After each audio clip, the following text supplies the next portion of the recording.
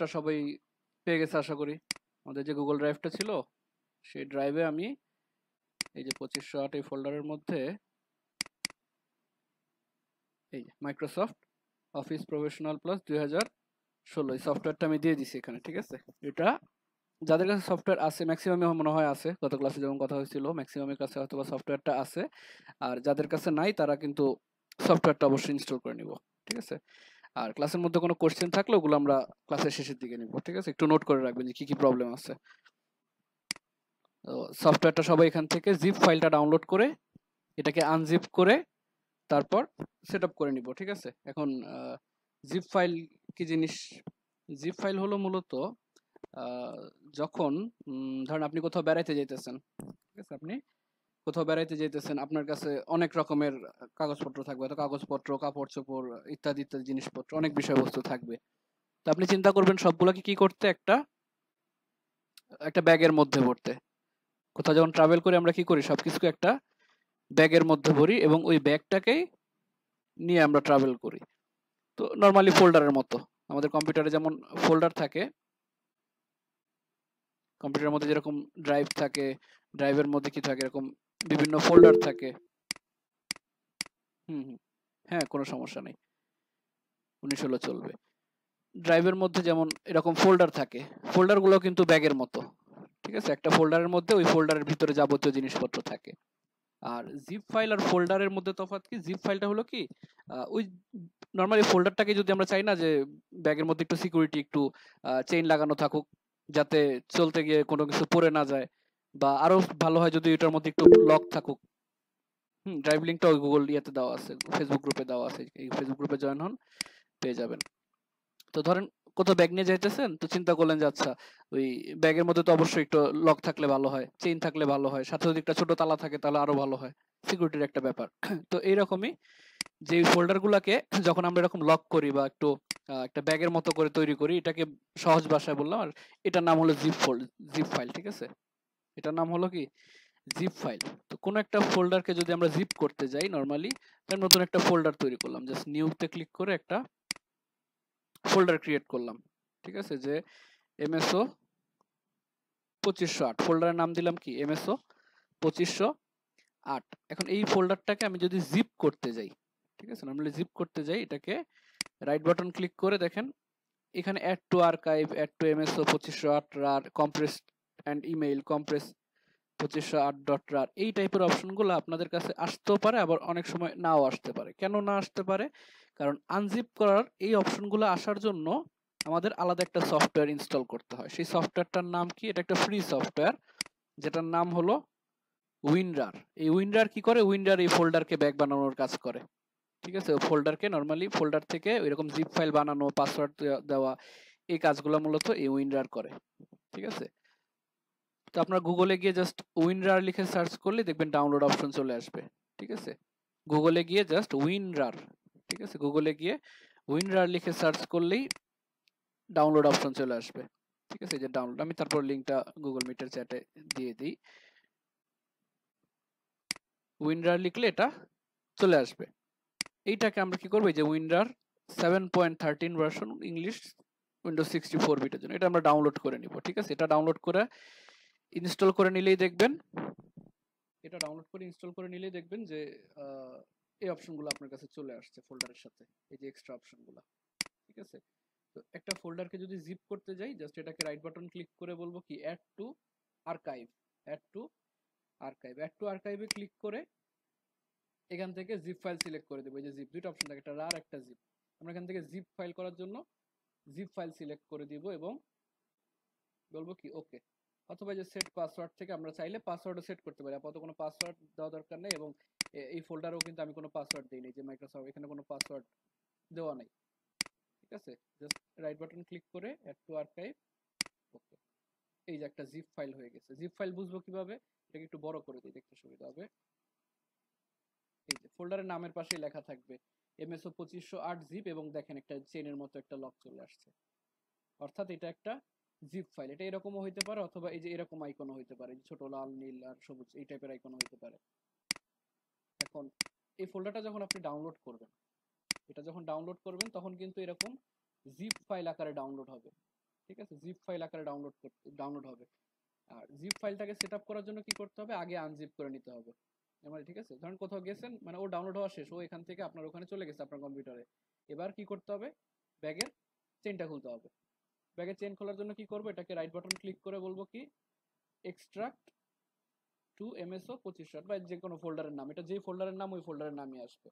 ঠিক আছে, কি করবো এক্সট্রাক্ট টু যে ফোল্ডারের নাম এটা, যখন এক্সট্রাক্ট টু এমএসও 2508 দিবেন, এখানে অলরেডি একটা ফোল্ডার আছে, এটা ডিলিট করে নিই। এখান থেকে যখন বলবেন যে এক্সট্রাক্ট টু এমএসও 2508, এটা দিলে দেখবেন এই যে এমএসও 2508 নামে একটা ফোল্ডার চলে আসছে। যে ফোল্ডারটা আমরা কি ব্যাগে ভরছিলাম, ওই ব্যাগ মানে ব্যাগটা এখান থেকে ব্যাগের মধ্যে থেকে ফোল্ডারটা চলে আসছে, বুঝতে পারছেন? তো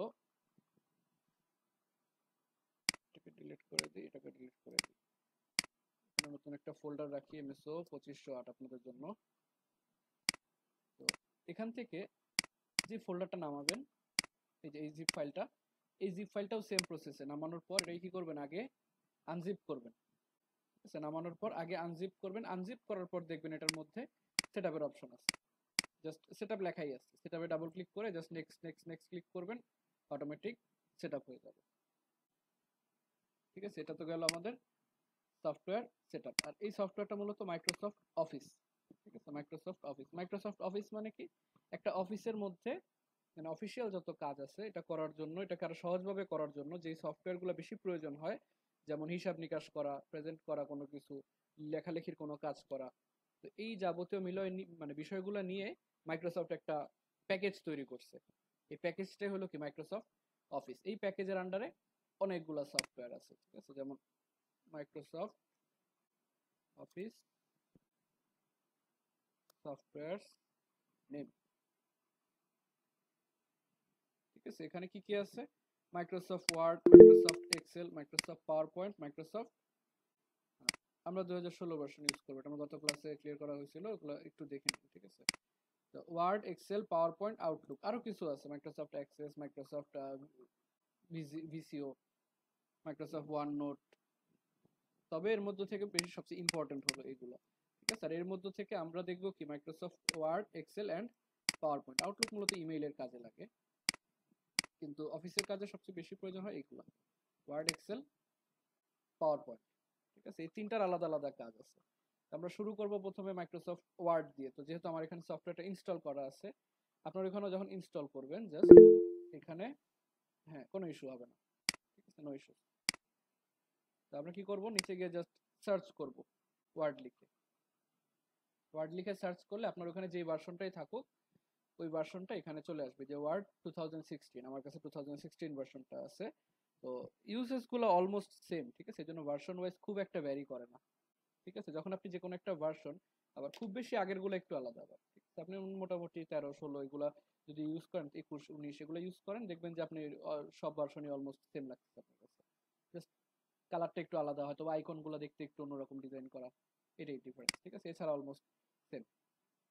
তো আমরা এখান থেকে ওয়ার্ড সফটওয়্যারটা ওপেন করে নিলাম। আর একটা সফটওয়্যার শেখার সবচেয়ে প্রথম যে কাজটা সেটা হলো কি ওটার লেআউট সম্পর্কে জানা।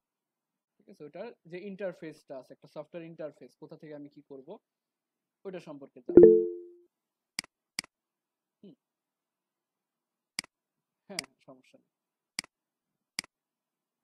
তো প্রথমে এরকম একটা অ্যাক্টিভেশন উইজার্ড আসতে পারে, যেহেতু মাইক্রোসফট অফিস একটা পেইড সফটওয়্যার। হুম,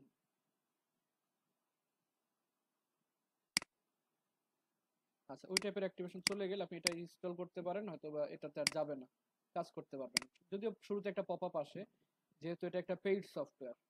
ঠিক আছে, মাইক্রোসফট অফিস কিন্তু মাইক্রোসফটের একটা পেইড সফটওয়্যার, কিন্তু আমরা বাংলাদেশের 99.99% মানুষ কি করি, পেইডটা ইউজ করি না, আমরা পেইড টুল কখনো ইউজ করি না। হুম হুম, ইস্যু হবে না। আমরা পেইড টুল ইউজ করি না, আমরা কি করি, ফ্রিটা ইউজ করি, যদি এটা ফ্রিতে ইউজ করা যায়। আর একটা এরকম অ্যাক্টিভেশন উইজার্ড আসবে, কারণ সে বলবে যে ভাই এটা তো পেইড সফটওয়্যার, আমাকে এটা কিনে নেন। তো আমরা কি করবো, এটা জাস্ট ক্লোজ করে দিব। ঠিক আছে, জাস্ট ইগনোর, আমরা দেখি নাই যে হ্যাঁ আমরা আমাদের কাছে ওটা কিনতে বলছে, আমরা দেখবো না এটা। ঠিক আছে, জাস্ট ইগনোর। এরপরে যে ইন্টারফেসটা আসবে এটা মূলত ওয়ার্ডের শুরুর আগে। ঠিক আছে, একদম ওয়েলকাম পেজের মতো বলতে গেলে বলতে গেলে একটা ওয়েলকাম পেজ, যেখান থেকে আমরা কাজ শুরু করব। তো এখানে মূলত দুইটা পার্ট দেখতে পারতেছি, বাম পাশে এরকম একটা নীল কালার পার্ট আছে, আর এই পাশে একটা পার্ট আছে। এই বাম পাশের অংশটার কাজ হলো কি, আমাদের রিসেন্ট যদি কোনো ফাইল আমরা ওপেন করে থাকি, যেমন এই ফাইলগুলো আমি হয়তো বা কিছুদিন আগে বা কিছুদিনের মধ্যে রিসেন্টলি ওপেন করছি, ঠিক আছে, রিসেন্টলি ওপেন করছি কোনো একটা ব্যাচের ফাইল, অন্য কোনো অ্যাসাইনমেন্ট এই টাইপের, এগুলো আমি ওপেন করছি, এই জন্য এখানে শো করতেছে যে ওল্ডার, রিসেন্ট, ওল্ডার, এগুলো আমি রিসেন্টলি ওপেন করছিলাম। আর রিসেন্টলি ওপেন করা ছাড়াও, যে রিসেন্টলি ওপেন করি নাই বাট আমার কম্পিউটারে কোনো একটা ওয়ার্ড ফাইল আছে, ঠিক আছে, কম্পিউটারে যে কোনো ফোল্ডারে হয়তো যেগুলোতে কোনো একটা এই যে ওয়ার্ড ফাইল বা এই যেগুলো এই টাইপের ওয়ার্ড ফাইল, এই টাইপের ওয়ার্ড ফাইল আছে, এই টাইপের ফাইল ওপেন করতে গেলে তখন আমি এই যে ওপেন আদার ডকুমেন্ট, ঠিক আছে, তখন আমি এই ওপেন আদার ডকুমেন্ট থেকে কি করতে পারি, ওপেন করতে পারি। যখন আমি ওপেন আদার ডকুমেন্টে ক্লিক করব, যখন আমি ওপেন আদার ডকুমেন্টে ক্লিক করব, তখন আমার কাছে এই যে এরকম একটা ইন্টারফেস নিয়ে আসবে, যেখানে কি দেওয়া আছে, রিসেন্ট ওয়ান ড্রাইভ পার্সোনাল যদি ওয়ান ড্রাইভ সেট আপ করা থাকে, এবং this PC add a place, নতুন কোনো লোকেশন যদি আপনি অ্যাড করতে চান আপনার কম্পিউটারের মধ্যে, যে ডি ড্রাইভ, সি ড্রাইভ এগুলা, বা এই যে ব্রাউজ অপশন আছে, আমরা নর্মালি ব্রাউজ অপশন থেকে গেলেই একদম মানে ফুল পিসির একটা অ্যাক্সেস পাওয়া যায়। দেখেন যে কোনো ড্রাইভ, দিস পিসি, তারপর আমার ডেস্কটপে যদি কোনো ফোল্ডার থাকে, ওয়ার্ড ফাইল থাকে, তারপর সি ড্রাইভের মধ্যে, ডি ড্রাইভের মধ্যে, ই ড্রাইভের মধ্যে, মানে কম্পিউটারের যে কোনো ফোল্ডারের মধ্যে যদি কোনো ওয়ার্ড ফাইল থাকে, সেটা আমরা এখান থেকে ওপেন করতে পারি, ঠিক আছে। এখান থেকে জাস্ট ফাইলটা সিলেক্ট করে দিলেই হবে, যেমন ডি ড্রাইভ, যে কোনো একটা ব্যাচের একটা ফোল্ডারের মধ্যে, যেমন এই যে এগুলো, যে কোনো একটা ফাইল জাস্ট সিলেক্ট করে ওপেন ক্লিক করলে কি হবে, ফাইলটা ওপেন হয়ে যাবে, ঠিক আছে। এটা তো গেল আমাদের রিসেন্ট যদি কোনো ফাইল থাকে আগে থেকে করা, রিসেন্ট যদি কোনো ফাইল ওপেন করা থাকে, সেই ফাইল আমরা ওপেন করতে পারি, ঠিক আছে, আগে থেকে করা ফাইল। আর যখন আমরা নতুন ভাবে শুরু করব, এখন আমরা যেহেতু শিখতেছি, আমরা কি করব, এখান থেকে ব্ল্যাঙ্ক ডকুমেন্ট নামে একটা অপশন পাবো, ঠিক আছে। ওয়ার্ড যখন ওপেন করব এখানে একটা ব্ল্যাঙ্ক ডকুমেন্ট পাবো, আর এছাড়াও নিচে কিছু টেমপ্লেট দেওয়া আছে, যদিও এগুলো খুব বেশি ইউজ হয় না, দিয়ে রাখছি যদি কোনো ইমার্জেন্সি হয়, যে আপনার 10 মিনিটের মধ্যে কোনো একটা পেজ দরকার, আপনি এখান থেকে সিলেক্ট করে জাস্ট প্রিন্ট করে নিতে পারেন। যেমন এই যে employee of the month certificate, আপনার 10 মিনিট পর হুট করে মনে হলো যে একজন আজকে তো একটা এমপ্লয়ি অফ দ্য মান্থের সার্টিফিকেট বানায় দেওয়া লাগবে আপনার, তো ইমার্জেন্সি ডিজাইন করার চাইতে কি করা যায়, এখান থেকে একটা টেমপ্লেট সিলেক্ট করে জাস্ট ওটা এখানে নাম, ঠিকানা, ডেজিগনেশন চেঞ্জ করে আপনি দিয়ে দিতে পারেন শর্টকাটে, ঠিক আছে। তো আপাতত আমরা কি করব, একটা ব্ল্যাঙ্ক ডকুমেন্ট নিব, মানে আমরা নতুন একটা ডকুমেন্ট ক্রিয়েট করব, ঠিক আছে। যখন ব্ল্যাঙ্ক ডকুমেন্টে ক্রিয়েট করব, আমাদের সামনে এই রকম একটা ইন্টারফেস চলে আসবে, এটাই মূলত ওয়ার্ডের কাজ করার জায়গা, যেখানে আমরা কাজ করব, এরকম একটা ইন্টারফেস চলে আসবে। তো ওয়ার্ড মূলত কি কাজে ইউজ হয়, ওয়ার্ড মূলত বললাম যে মাইক্রোসফট অফিসের মানে প্যাকেজে বিভিন্ন রকম সফটওয়্যার আছে, এক একটা এক এক কাজে লাগে। তো এর মধ্যে লেখালেখি রিলেটেড যত কাজ আছে, ঠিক আছে, একটা অফিসের নোটিশ লেখা, অ্যাপ্লিকেশন লেখা, একটা বিল লেখা ইত্যাদি, এসব লেখার কাজে ইউজ হয় কি আমাদের মাইক্রোসফট ওয়ার্ড, ঠিক আছে। লেখালেখির জন্য মাইক্রোসফট ওয়ার্ড তৈরি হয়, মানে ওয়ার্ড ইউজ হয়।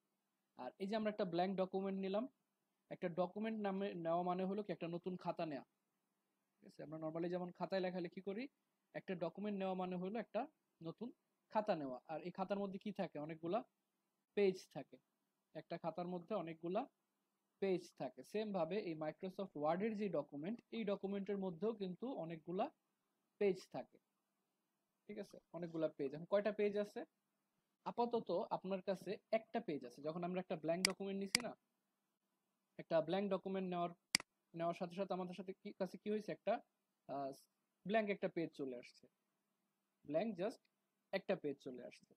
এরপর আমরা চাইলে নিচে আরো পেজ অ্যাড করতে পারি, যত আমরা নিচের দিকে লিখতে থাকবো আমাদের নিচে কি হবে, পেজ অ্যাড হইতে থাকবে, ঠিক আছে। এই জন্য মানে এই জন্য পেজ শেষ হওয়ার কোনো ভয় নাই, ওয়ার্ডের মধ্যে আপনার যত পেজ হোক, 100, 200, 500, 600, 1000, নিচে অটোমেটিক লিখতে থাকবেন, পেজ অটোমেটিক ক্রিয়েট হইতে থাকবে, ঠিক আছে। এখন আসি এই ইন্টারফেসটা কিরকম আসলে। ইন্টারফেসটার মধ্যে কয়েকটা পার্ট আছে, যেমন একদম উপরে একটা পার্ট আছে, উপরে একটা কন্ট্রোল প্যানেলের মতো একটা পার্ট আছে। এই পার্টের কাজ কি, এগুলো আমরা জানি যে এখানে ক্লিক করে সফটওয়্যারে জাস্ট ক্লোজ করে, এটা দিয়ে আমরা রিস্টোর করতে পারি, মানে ছোট করে এভাবে নিয়ে আসতে পারি, আবার এটাতে ক্লিক করে কি বড় করতে পারি, আর এটা দিয়ে মিনিমাইজ করে রাখতে পারি, ক্লোজ না করে জাস্ট মিনিমাইজ করে রাখতে পারি, এই যে মাঝখানের অংশটা হয়ে গেল, এই যে মাঝখানের অংশটা, এই অংশটা মূলত আমাদের ডকুমেন্টের টাইপ, ডকুমেন্টের নাম ইত্যাদি বিষয়গুলো শো করে, মানে ডকুমেন্টের যে ডিটেলস এগুলো শো করে। আপাতত আমার ডকুমেন্টের নাম কি দিছে, ডকুমেন্ট 1, এটা সে নিজে থেকে ক্রিয়েট করে নিছে। আমরা যখন একটা ব্ল্যাঙ্ক ডকুমেন্টে ক্রিয়েট করছি তখন সে নিজে থেকে একটা নাম দিয়ে দিছে, নাম কি দিছে, ডকুমেন্ট 1। আমরা যদি এখানে আরো একটা ওয়ার্ড ফাইল ওপেন করি ওটার নাম সে দিবে ডকুমেন্ট 2। দেখেন এটা চালু থাকা অবস্থায় আমরা যদি আরেকটা ফাইল থেকে, এই যে ফাইল থেকে একটা নিউ আরেকটা ব্ল্যাঙ্ক ডকুমেন্ট নেই, এটার নাম সে কি দিছে, ডকুমেন্ট 2। ঠিক আছে, এটার নাম দিয়েছে ডকুমেন্ট 1, এটার নাম দিয়েছে কি, ডকুমেন্ট 2। ঠিক আছে, এটাকে আমরা কেটে দিই 2টা, ডকুমেন্ট 1 এবং ডকুমেন্ট 2। আর তার পাশে যে ওয়ার্ড লেখা তার মানে এটা একটা ওয়ার্ড ফাইল। আর প্রোডাক্ট অ্যাক্টিভেশন ফেল, এটা হলো যেহেতু এটা পেইড না, আমরা ফ্রি ভার্সন, এই জন্য এটা শো করে, সমস্যা নেই, আমরা সব অপশনই কাজ করবে এটা ছাড়াও। তারপরে যে অপশনটা আছে এই পাশে একটা অংশ আছে, আচ্ছা এখানে একটা বাটন আছে ছোট, এই বাটনটার নাম হলো রিবন ডিসপ্লে অপশন। ঠিক আছে, রিবন ডিসপ্লে অপশন। রিবন কোনটা, রিবন হলো আমাদের এই যে উপরের অংশটা, এই অংশটা, এই অংশটাকে আমরা ওয়ার্ডের ভাষায় বলি কি, রিবন। ঠিক আছে, এই অংশটাকে আমরা ওয়ার্ডের ভাষায় বলি রিবন। রিবনের মধ্যে মূলত ওয়ার্ড নিয়ে কাজ করার জন্য, লেখালেখির কাজ করার জন্য যত ফাংশনালিটিস দরকার সেগুলো রিবনের মধ্যে থাকে। ঠিক আছে, আর এই রিবনের যে ডিসপ্লেটা আছে, রিবনটা দেখার যে অপশনগুলো, এগুলো মূলত এটা দিয়ে কাজ করে, রিবন ডিসপ্লে অপশন।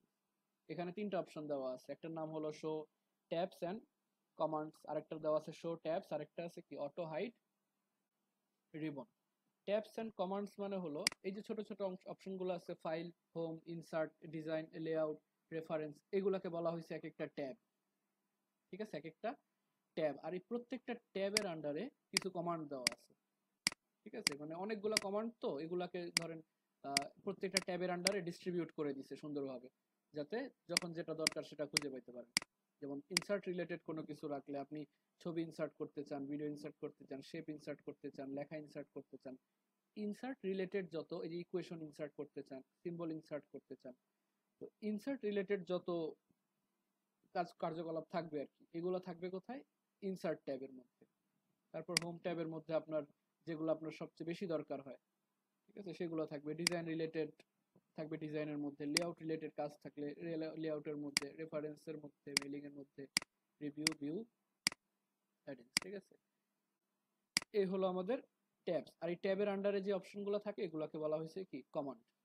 এগুলোকে বলা হয়েছে কমান্ড। তো নর্মালি আমরা এই অপশনেই থাকি যে show tabs and commands, default এটাতেই থাকে, কারণ এটা খুব সুবিধাজনক, আপনি ইনস্ট্যান্ট আপনার কমান্ডগুলো দেখতে পারতেছেন, কোন ট্যাবে আছেন সেটা দেখতে পারতেছেন। এরপরও যদি আপনার ব্যক্তিগত ইচ্ছা হয় যে না আমার এখানে এই অপশনগুলো আপাতত দরকার হইতেছে না দেখা, তখন আপনি যে রিবন ডিসপ্লে অপশন থেকে only show tabs, show ribbon tabs only, click A tab to show the commands, এটা ক্লিক করতে পারেন। দেখেন শুধু ট্যাবগুলো আছে, কমান্ডগুলো নাই হয়ে গেছে।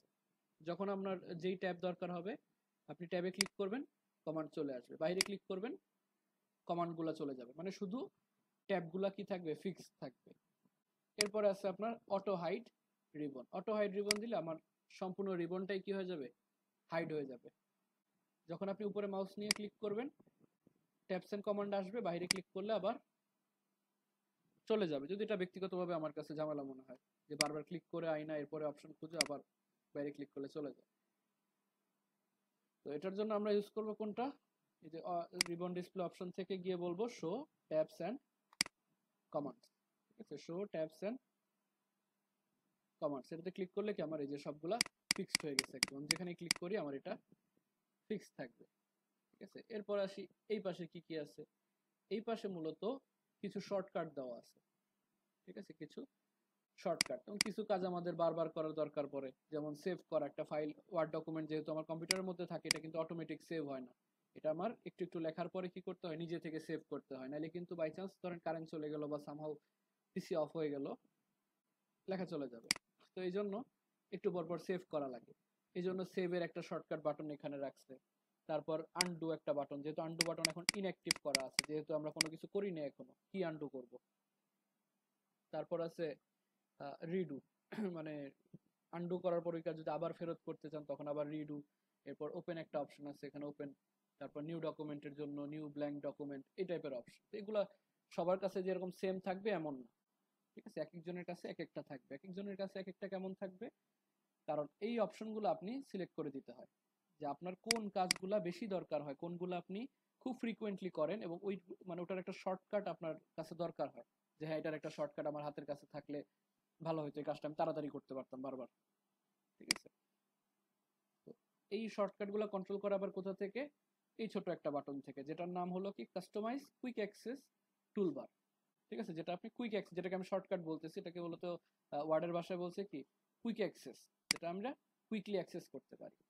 আর কুইক অ্যাক্সেস টুলবারের মধ্যে দেখবেন যে কিছু জিনিস চেক মার্ক করা আছে, কিছু জিনিস চেক মার্ক করা নাই। আমার এখানে একটা দুইটা তিনটা চারটা পাঁচটা জিনিস চেক মার্ক করা আছে, বিধায় আমার এখানে এই একটা দুইটা তিনটা চারটা পাঁচটা এই পাঁচটা অপশন শো করতেছে। আমি যদি আরো কোনো অপশন অ্যাড করতে চাই, যেমন ড্র টেবিল, টেবিল ড্র করার জন্য এটা চেক মার্ক করে দিই, দেখেন নতুন একটা ড্র টেবিলের একটা শর্টকাট চলে আসছে এখানে, যাতে আমি এটা ক্লিক করি টেবিল ড্র করতে পারি।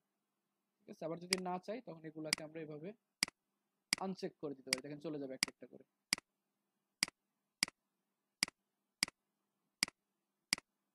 ঠিক আছে, তো আপনার যেটা যেটা বেশি দরকার হয় ওগুলো আপনি এখান থেকে কুইকলি অ্যাড করে নিতে পারেন, নতুন ফাইল ওপেন করা, সেভ করা।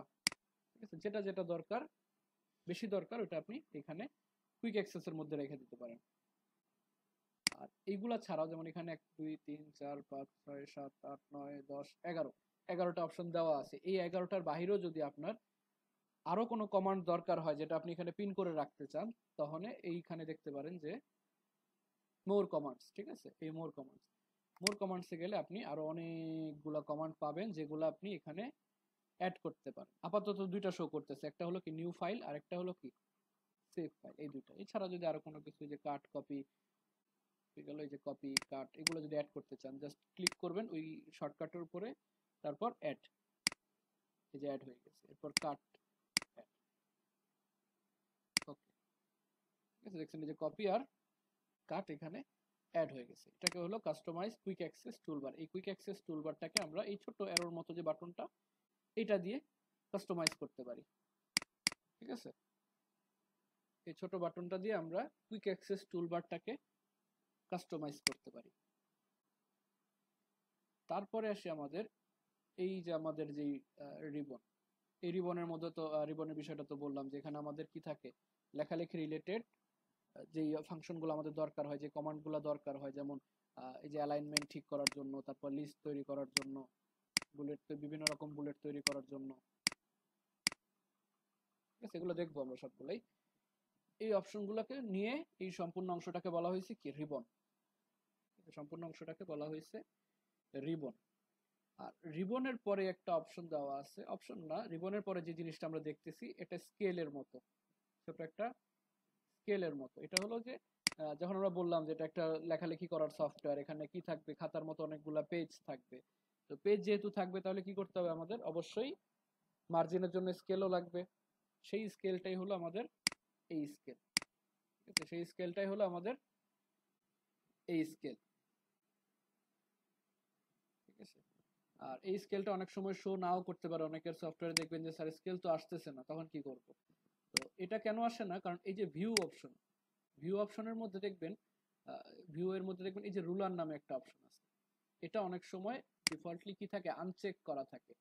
এটা যদি আনচেক করা থাকে তাহলে কিন্তু আর স্কেলটা শো করে না। ঠিক আছে, স্কেল শো করে না। তো যদি চান স্কেলটা শো করুক, তখন কি করবেন, এই ভিউ ট্যাবের মধ্যে আইসা home, insert, design, layout, reference, mailing, review, view, এই ভিউ ট্যাবের মধ্যে আইসা রুলার নামে যে অপশনটা আছে এখানে কি যে শো, এখানে রুলার নামে যে অপশনটা আছে এটাকে চেক মার্ক করে দিবেন। ঠিক আছে, রুলারটা যখন চেক মার্ক করে দিবেন দেখবেন আপনার এখানে স্কেল চলে আসছে। ঠিক আছে, আপনার এখানে স্কেল চলে আসছে।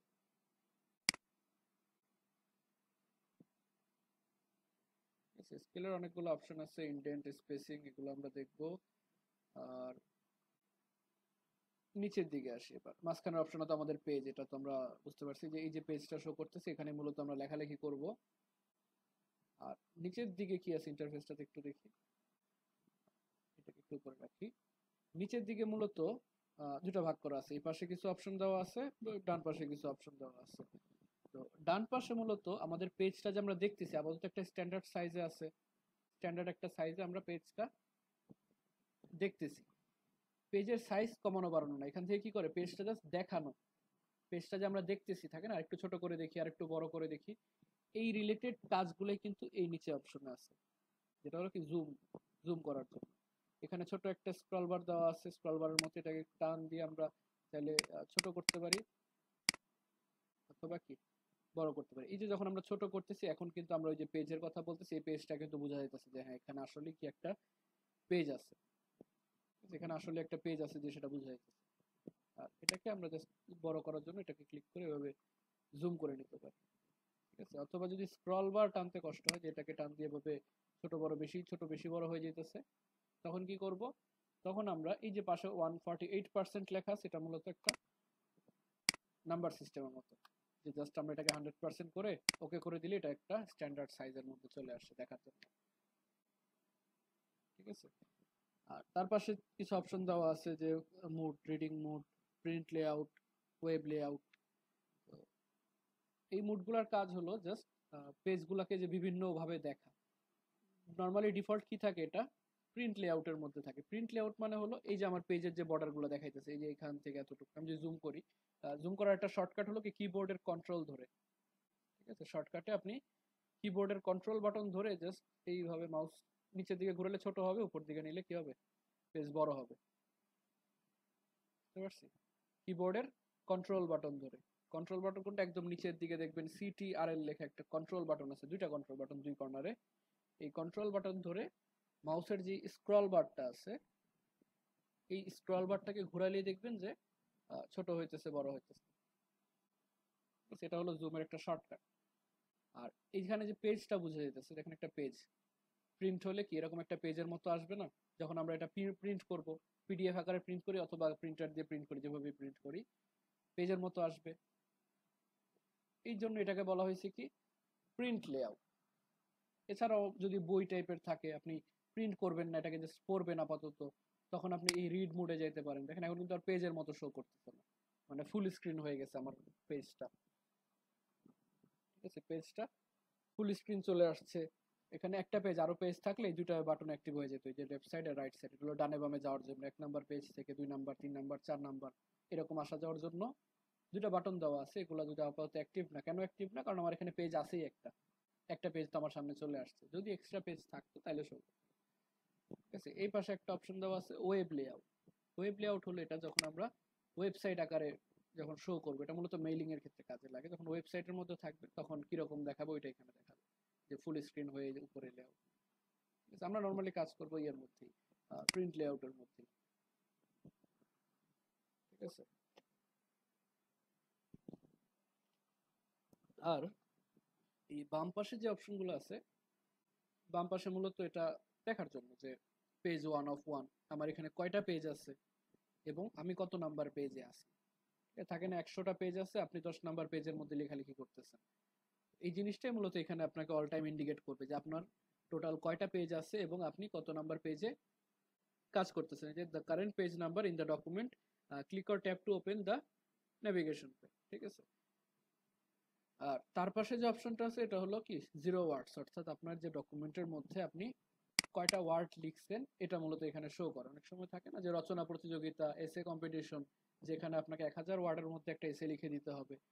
এখন 1000 ওয়ার্ড যদি আমি খাতায় লিখি, আমার কিন্তু গোনা লাগবে যে আনুমানিক কয়টা হইলো, কিন্তু একটা আন্দাজ করা লাগবে, আচ্ছা 1 পেজের মধ্যে এতটা, তাহলে 10 পেজের মধ্যে কতটার মতো হয়েছে, 900, মানে আনুমানিক।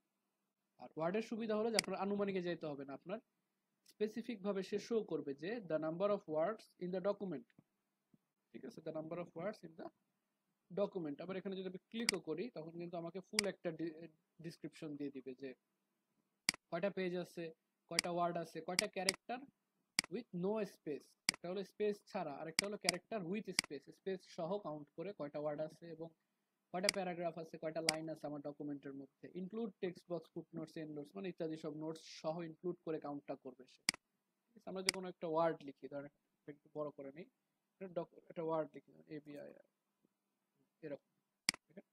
এখানে কিন্তু শো করতেছে 2 ওয়ার্ডস, মানে দুইটা ওয়ার্ড আছে আমার ডকুমেন্টের মধ্যে, ঠিক আছে। আমার ডকুমেন্টের মধ্যে কি আছে, দুইটা ওয়ার্ড আছে, ঠিক আছে।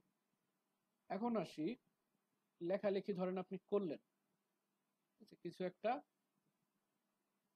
লেখালেখি করলেন, লেখালেখি করার পর ফাইলটা তো সেভ করতে হবে। তো ফাইলটা যদি সেভ না করেন তাহলে তো আপনি ফাইলটার সেভ না করলে অফ করে দিলে আর পাইতেছেন না, অথবা আপনি কাউকে যে সেন্ড করবেন সেটাও পাইতেছেন না যদি আপনি ফাইলটা সেভ না করেন।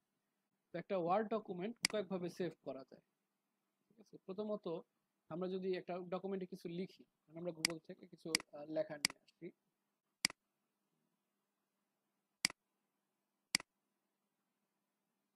জাস্ট কিছু ডেমো টেক্সট।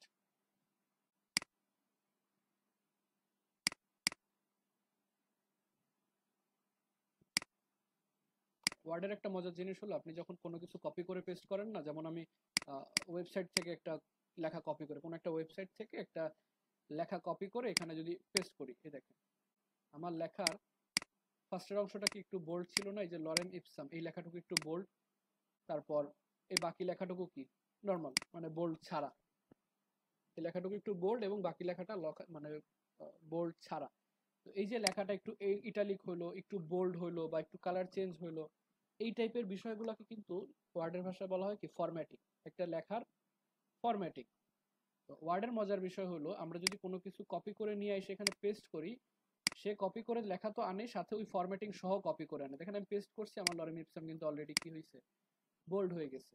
এই সেম জিনিসটা যদি আমরা আবার ইয়েতে পেস্ট করতাম, যদি নর্মালি যে নোটপ্যাড আছে আমাদের কম্পিউটারে ডিফল্ট এটা থাকে যে নোটপ্যাড, এখানে যদি আবার পেস্ট করি এখানে কিন্তু এটা হয় না। নোটপ্যাডে পেস্ট করলে কিন্তু সব ধরনের ফরম্যাটিং সে রিমুভ করে দেয়। ঠিক আছে, নোটপ্যাডের মধ্যে সব ধরনের ফরম্যাটিং রিমুভ করে দেয়, আর ওয়ার্ডের মধ্যে রাখলে কি হয়, সব ধরনের ফরম্যাটিং সহ সে পেস্ট করে। ঠিক আছে, এটার সুবিধা আছে অসুবিধাও আছে। সুবিধা আছে যে আপনি যদি ফরম্যাটিং ঠিক থাকে সেটা কপি করে পেস্ট করেন, সে ফরম্যাট সহ বসে পড়বে। আর অসুবিধা হলো যখন আপনি চান না যে এটা ফরম্যাটিং সহ বসুক, নর্মালি বসুক, যেমন ধরেন এটার কোনো ব্ল্যাক ভার্সন আছে, যেমন এই টাইপের, যদি এই টাইপের আন্ডারস্কোর সহ কোনো লেখা আমরা এখানে না পেস্ট করি, দেখেন একদম আন্ডারলাইন সহ, আন্ডারলাইন সহ সে এখানে একদম ফরম্যাটিং সহ পেস্ট করেছে। এখন আমি চাইতেছি না আন্ডারলাইন সহ পেস্ট হওয়া দরকার নেই, আমি জাস্ট লেখাগুলো দরকার ছিল, তখন আমি করতে পারি কি লেখাটাকে আগে নোটপ্যাডে নিয়ে পেস্ট করব। নোটপ্যাডের কাজ হলো কি ফরম্যাটিং রিমুভ করা, কোনো একটা টেক্সট যদি এখানে পেস্ট করা হয় ওটার যে যাবতীয় যে ফরম্যাটিং ওগুলো চলে যায়, আন্ডারলাইন হোক, বোল্ড হোক, ইটালিক হোক, সব চলে যায়, জাস্ট নর্মাল লেখা চলে আসে। নোটপ্যাডে আগে পেস্ট করে এইখান থেকে আবার কপি করে বা কাট করে যেটাই হোক কপি করে আমরা কি করতে পারি, ডোন্ট সেভ দিলাম, এইখানে না পেস্ট করতে পারি। এখন দেখেন আর আন্ডারলাইন নাই, এখন আর আন্ডারলাইন নাই, জাস্ট নর্মাল লেখাগুলো আসছে, যেগুলো বানান ভুল আছে ওগুলো লাল রেড মার্ক দেখাবে, ওগুলো আমরা দেখবো সামনে ওগুলো কিভাবে রিমুভ করা যায়। আপাতত এটুকু জানেন যে নোটপ্যাডে যখন পেস্ট করব কি হবে, আমার যাবতীয় ফরম্যাটিং গুলা চলে যাবে। ঠিক আছে, এখন এই ডকুমেন্টটার মধ্যে ধরেন আমরা কিছু লিখলাম, ধরেন আমরা কিছু লিখলাম, ঠিক আছে, আচ্ছা, ধরেন আমরা এখানে কিছু লিখলাম, লিখার পর ডকুমেন্টটা আমরা কি করব, নরমালি আগে সেভ করব। সেভ করার জন্য কই যাব, এই যে ফাইল নামক যে ট্যাব, এই ফাইল ট্যাবের মধ্যে আসলে দেখবো এই যে সেভ এন্ড সেভ অ্যাজ দুইটা অপশন দেওয়া আছে। এখন সেভ আর সেভ অ্যাজ এই দুইটার কাজ কি, ঠিক আছে, এই দুইটার কাজ কি, এই দুইটার কাজ কি জানার আগে একটু আপনাদের থেকে শুনে আসি কিছু।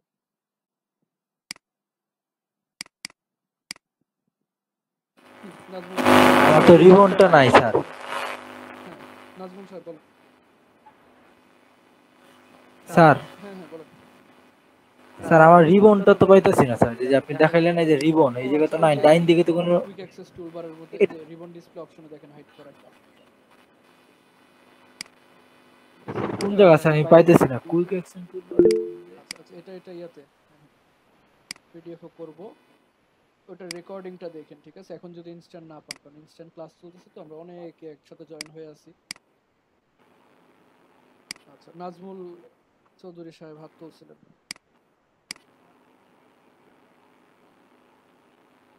আচ্ছা ঠিক আছে, সমস্যা নেই। হুম, সেভের কাজ হলো ইনস্ট্যান্ট সেভ করে রাখা, আর সেভ অ্যাজ এর কাজ হলো ফাইল আকারে সেভ করা, পিসিতে রাখা। আচ্ছা সমস্যা নেই, পিসিতে রাখা। হ্যাঁ কিছুটা ঠিক আছে, আরেকটু আমি চেষ্টা করি আরেকটু ক্লিয়ার করে দেওয়ার। যেমন ধরেন আমরা একটা ফাইল ফার্স্ট টাইম যখন আমরা সেভ করতেছি, ধরেন আমরা সেভ করি এই ফাইলটাকে, এই ফাইলটাকে আগে আমরা সেভ করি। হ্যাঁ ওকে সমস্যা, আমরা কোশ্চেন নেব। ধরেন আমরা এই ফাইলটাকে সেভ করি আগে, ঠিক আছে, জাস্ট ফাইল থেকে প্রথমে সেভ করলাম। সেভ করব কোথায়?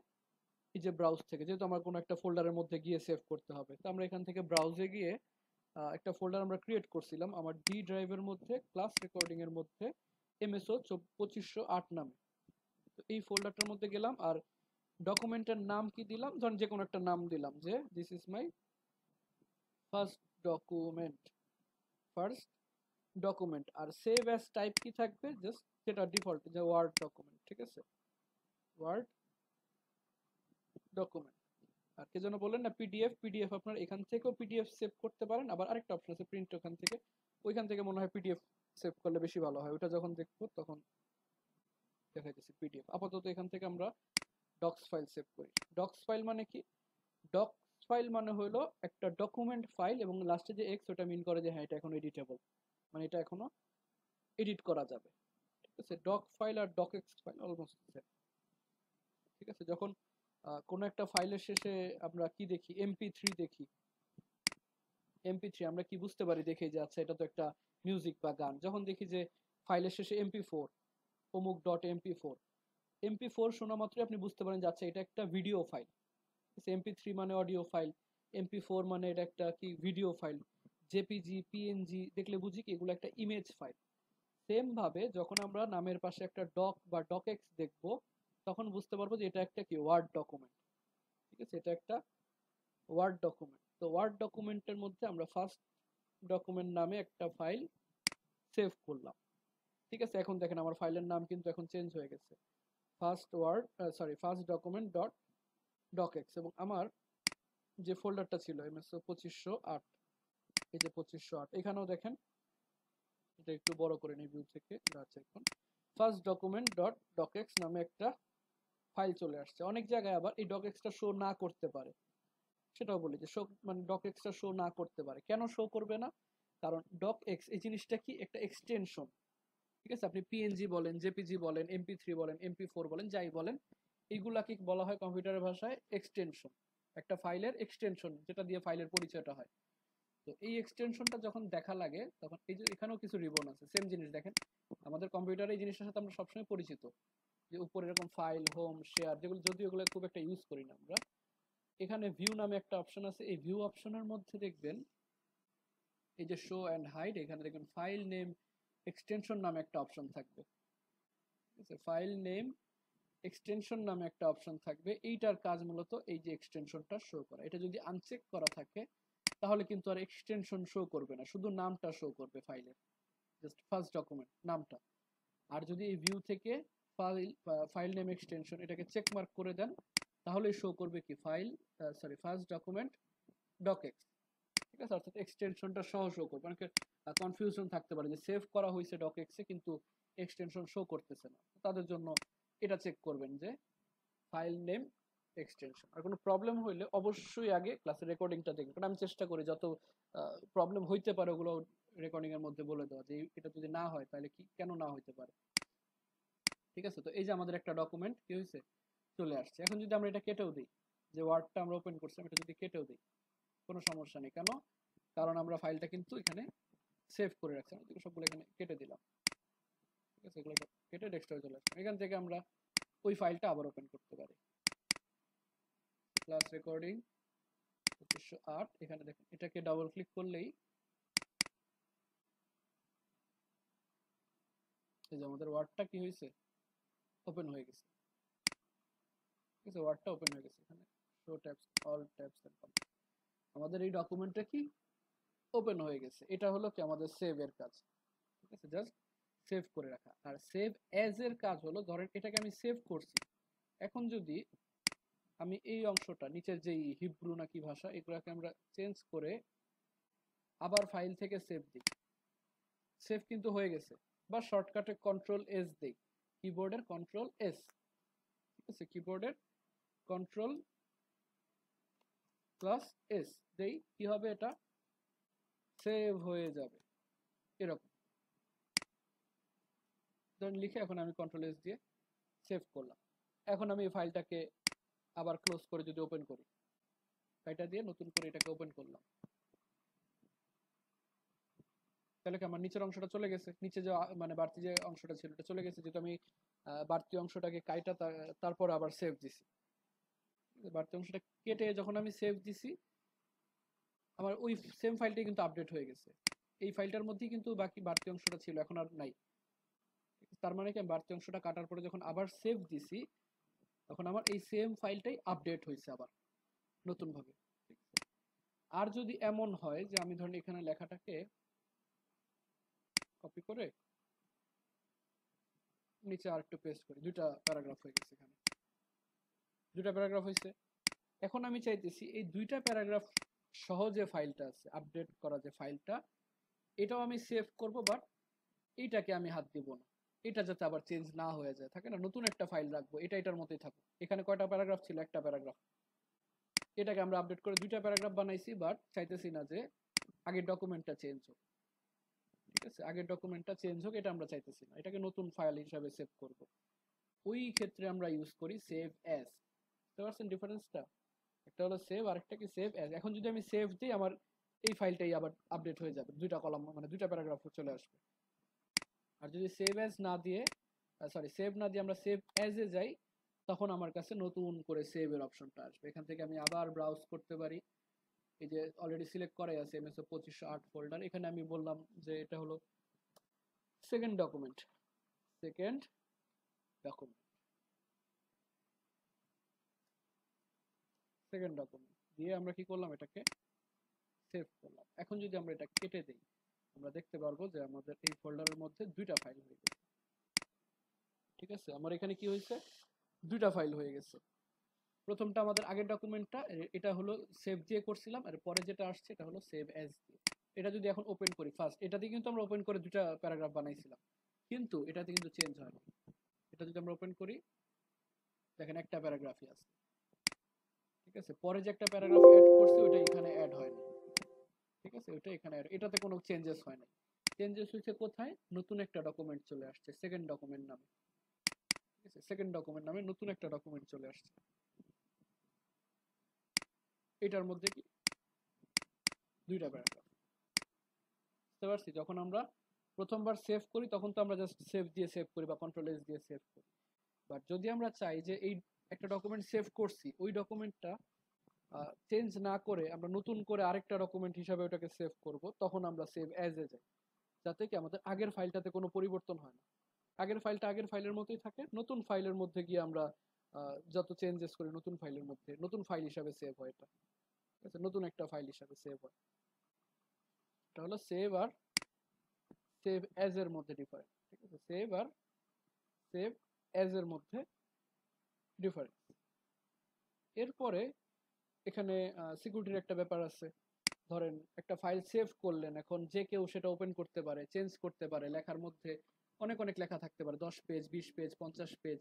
মাঝখানে যদি একটা দাড়ি কমা ভুল করে দেয়, আপনি কিন্তু টের পাবেন না যে কেউ একজন ইচ্ছাকৃতভাবে বা অনিচ্ছাকৃতভাবে ভুলে ঢুকে এটা চেঞ্জ করে দিল। এই জাতীয় কাজ যাতে করতে না পারে, তখন আমরা কি করি, আমাদের একটা যে কোনো আইডি যেমন পাসওয়ার্ড দিয়ে লক করে রাখি, এখানেও আমরা একটা পাসওয়ার্ড সেট আপ করে দিতে পারি। ঠিক আছে, এখানেও একটা কি করতে পারি, পাসওয়ার্ড সেট করে দিতে পারি। তো একটা ওয়ার্ড ডকুমেন্টের মধ্যে এই ডকুমেন্টটার নাম কি, সেকেন্ড ডকুমেন্ট। এটা যদি আমরা কেটে দিই, কেটে দিয়ে জাস্ট এখান থেকে আবার ডাবল ক্লিক করে ওপেন করি, ফাইলটা কিন্তু আমার সামনে কি ইজিলি ওপেন হয়ে যেতেছে, ইজিলি ওপেন হয়ে যেতেছে, এটা চিন্তার বিষয়। তখন আমরা কি করব, এই ফাইলটাকে আমরা এখন তো সেভ দিতে পারবো না, এখন যদি সেভ দিই জাস্ট আগের ফাইলে সেভ হয়ে যাবে, একই ফাইলে সেভ হতে থাকবে। ঠিক আছে, দেখেন এই সেকেন্ড ডকুমেন্টের মধ্যেই সেভ হতে থাকবে। তো এটাকে যদি পাসওয়ার্ড দিয়ে আমরা সেভ করতে চাই, এটাকে আমরা একটা নতুন ফাইল হিসেবে সেভ করতে হবে। তখন তার জন্য কি করব, ফাইল থেকে বলবো save as, save as, save as আসার পর বলবো ব্রাউজ, ব্রাউজ থেকে এখানে আমরা এটার নাম দিলাম, ধর নাম দিলাম প্রোটেক্টেড ডকুমেন্ট। ঠিক আছে, এটার নাম দিলাম প্রোটেক্টেড ডকুমেন্ট, যেহেতু আমরা এটা প্রোটেকশন ইউজ করবো এখানে। আর এই ফাইলটা সেভ করার আগে এই যে সেভের পাশে দেখবেন ছোট একটা টুলস নামে একটা অপশন আছে, ছোট একটা টুলস নামে অপশন আছে। টুলস এর মধ্যে দেখবো কি জেনারেল অপশন, ঠিক আছে, টুলস এর মধ্যে জেনারেল অপশন, জেনারেল অপশনে যখন ক্লিক করবেন আপনার সামনে এই রকম একটা ডায়লগ বক্স চলে আসবে, একটা ডায়লগ বক্স বা পপ আপ যেটাই বলেন, এই জিনিসটা চলে আসবে সামনে। আর এইখানেই মূলত এই পাসওয়ার্ডের কাজটা থাকে, যে password to open and password to modify. তো দুইটা পাসওয়ার্ড দেওয়া লাগে, দুইটা পাসওয়ার্ড সেম দেওয়া ভালো, password to open and password to modify. এখানে আমরা বললাম যে সহজ একটা পাসওয়ার্ড দিই যে 123, ঠিক আছে, 123। আর পাসওয়ার্ড টু মডিফাই এখানে বললাম কি 123। আরেকটা অপশন আছে রিড অনলি রিকমেন্ডেড, এটা যদি চেক মার্ক করে দেন তাহলে ওয়ার্ড ইউজারকে রিকমেন্ড করবে যে এই ফাইলটা যে তৈরি করছে বা যে পাসওয়ার্ড মানে সেট করছে সে চাইতেছে যে এটা অনলি মানে রিড অনলি মোডে থাকে। রিড অনলি মানে কি আপনি এটাতে এডিট না করেন, এই টাইপের একটা অ্যালার্ট শো করবে, ঠিক আছে। দিয়ে আমরা বললাম যে ওকে রি এন্টার পাসওয়ার্ড টু ওপেন, ঠিক আছে, এখানেও বললাম 123। আর পাসওয়ার্ড সেট করার আগে বলি যে এখানে একটা কশন দিয়ে দিচ্ছে, কশন মানে কি একটা বিশেষ দ্রষ্টব্য টাইপের, যে বিশেষ দ্রষ্টব্য if you lose or forget the password it cannot be recovered, remember that passwords are case sensitive, ঠিক আছে। অর্থাৎ যদি এই পাসওয়ার্ডটা ভুলে যান এটা কিন্তু রিকভার করা সম্ভব না। যেমন ফেসবুকের পাসওয়ার্ড ভুলে গেলে কি করতে পারি আমরা, হয়তো বা ফরগেট পাসওয়ার্ড দিয়ে রিকভার করতে পারি, কোনো একটা অ্যাকাউন্টের পাসওয়ার্ড ভুলে গেলে ফরগেট পাসওয়ার্ড দিয়ে রিকভার করতে পারি, কিন্তু এখানে সেই ফরগেট পাসওয়ার্ডের অপশনটা নাই, ঠিক আছে। এখানে কিন্তু যে ফরগেট পাসওয়ার্ড দিব, ফোন নাম্বার দিব, ওটিপি আসবে, বা ইমেইল দিব, ইমেইলের মধ্যে লিংক পাঠাবে নতুন পাসওয়ার্ড দেওয়ার জন্য, ওইটা আসবে না। এই জন্য সে বিশেষ দ্রষ্টব্য দিয়ে দিয়ে বলে দিছে যে if you lose or forget the password it cannot be recovered. পাশে ব্র্যাকেটে আরেকটা জিনিস লিখছে remember that passwords are case sensitive, ঠিক আছে, passwords are case sensitive. Case sensitive মানে হলো আমরা ছোটবেলায় যেটা পড়ছি যে ইংরেজি লেখার সময় বড় হাতের এ, ছোট হাতের এ, বড় হাতের বি, ছোট হাতের বি, এই জিনিসগুলোকে বলা হয় কেস, ঠিক আছে। যে বড় হাতের যত অ্যালফাবেট আছে সবগুলো একরকমের কেস, ছোট হাতের যতগুলো আছে সেগুলো একরকমের কেস। আর এই পাসওয়ার্ডগুলো কি কেস সেনসিটিভ, অর্থাৎ আপনি যদি চিন্তা করেন যে আমি পাসওয়ার্ড দিলাম, নোটপ্যাড ধরেন আমি পাসওয়ার্ড দিলাম ABIR123, আর যখন আমি ঢুকতে চাইতেছি তখন পাসওয়ার্ড দিলাম ABIR123, বা দিলাম যে ABIR123, বা দিলাম যে ABIR123, ঠিক আছে। পাসওয়ার্ড সেম হইলেও কিন্তু এইখানে সবগুলা একটা পাসওয়ার্ড না, এখানে একটা দুইটা তিনটা চারটা ডিফারেন্ট পাসওয়ার্ড, ঠিক আছে। অর্থাৎ এই আবির 123 এবং এই আবির 123 আর নট সেম, এই জিনিসটাই তারা বলছে, যেটা কেস সেনসিটিভ। আপনি যদি বড় হাতের এ দেন আপনাকে ঢোকার সময় বড় হাতের এই দিতে হবে, ছোট হাতের এ দিলে হবে না, ঠিক আছে। যেই রকম বড় হাতের ছোট হাতের দিবেন আপনাকে পাসওয়ার্ড দেওয়ার সময় সেম বড় হাতের ছোট হাতের দিতে হবে। এই জিনিসটা তারা বলে দিছে যে পাসওয়ার্ডস আর কেস সেনসিটিভ। তো ধরেন আমরা দিলাম 123 পাসওয়ার্ড দিয়ে বললাম ওকে, এবং রি এন্টার পাসওয়ার্ড টু মডিফাই আবার দিলাম সেকেন্ড পাসওয়ার্ডটা, পাসওয়ার্ড টু মডিফাই এটা 123, ওকে। এবার আমরা এটাকে প্রোটেক্টেড ডকুমেন্ট নামে সেভ করলাম, ঠিক আছে। সেভ করে এটাকে যদি এখন ক্লোজ করে দিই, কি কি ডকুমেন্ট আসছে, first document, second document, protected document. First document যখন ওপেন করব দেখবেন সিম্পলি ওপেন হয়ে গেছে, ঠিক আছে। বাট যখন প্রোটেক্টেড ডকুমেন্টটাকে আমরা ওপেন করব, এই শুরুতে আমাদের কাছে একটা পাসওয়ার্ড চাইবে, enter password to open file, অর্থাৎ পাসওয়ার্ড ছাড়া এই ফাইল আপনি ওপেন করতে পারবেন না, দেখতে পারবেন না যে ভিতরে কি লিখছে, ঠিক আছে। যখন আমরা পাসওয়ার্ডটা দিব বা যদি ভুল পাসওয়ার্ড দিই, the password is incorrect, word cannot open the document, ঠিক আছে, ওকে, দেখতে পারবেন না, চলে গেছে।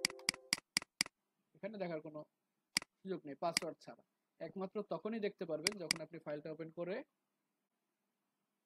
এখানে কারেক্ট 123 এই কারেক্ট পাসওয়ার্ডটা যখন দিবেন, ওকে। পাসওয়ার্ড টু মডিফাই, আরেকটা পাসওয়ার্ড দিলাম না 123, দুইটা পাসওয়ার্ড, একটা হলো পাসওয়ার্ড টু ওপেন আর একটা পাসওয়ার্ড টু মডিফাই। এখানে উপরে বলে দিছে protected document docx is reserved by Abir Mahmud. Abir Mahmud কেন শো করতেছে? আমার এই যেখানে ইউজারের নাম, যে ইউজার লক করছে আবির মাহমুদ, এই ইউজারের জন্য শো করতেছে। ঠিক আছে, দিয়ে বললাম যে ওকে। ঠিক আছে, এই দেখেন এখন আমার ফাইলটা কি ওপেন হয়েছে।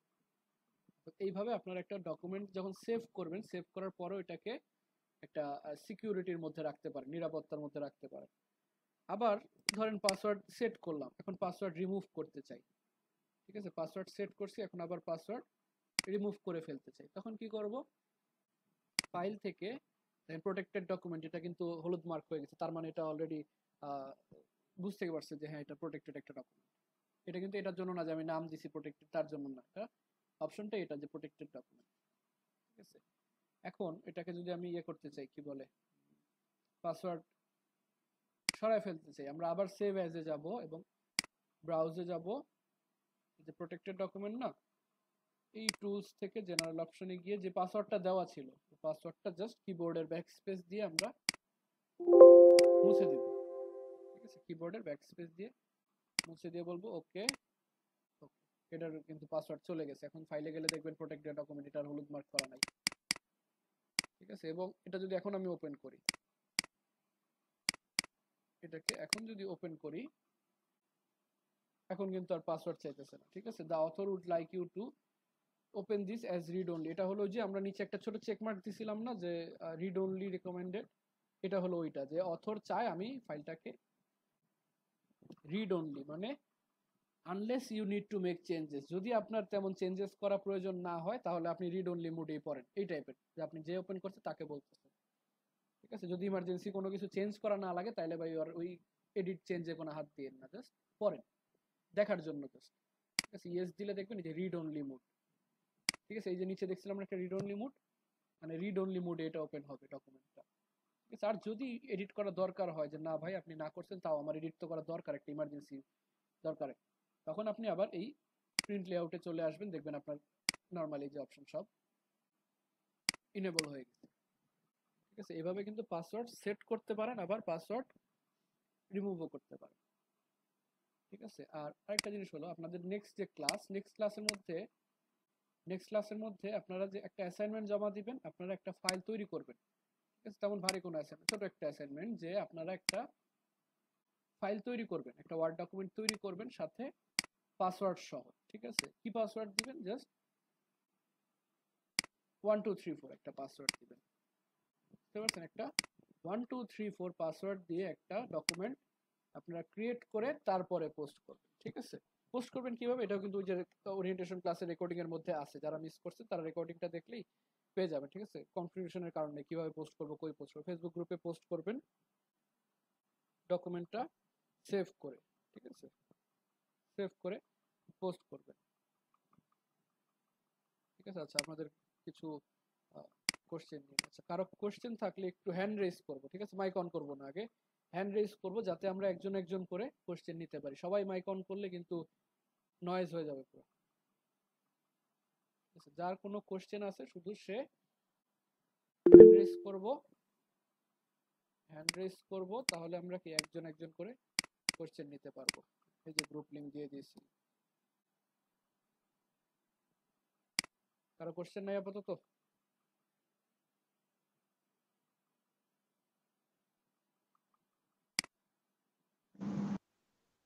নাকি আপনারা ঘুমায় গেছেন?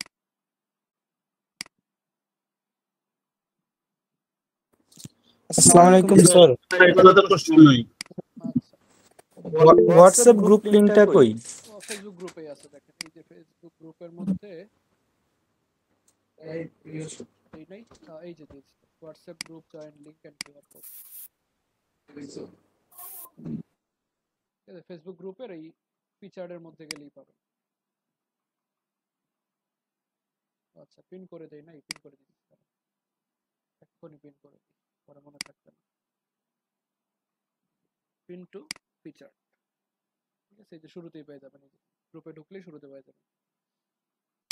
আচ্ছা, তারপর আসি ধরেন আমাদের ওই ফেসবুক গ্রুপেই আপলোড করবেন। ঠিক আছে, যে বললাম যে গুগল ড্রাইভের মধ্যে লাস্ট ক্লাসের রেকর্ডিং দেওয়া আছে, ওরিয়েন্টেশনের ওখানে সব ইনস্ট্রাকশন দেওয়া আছে।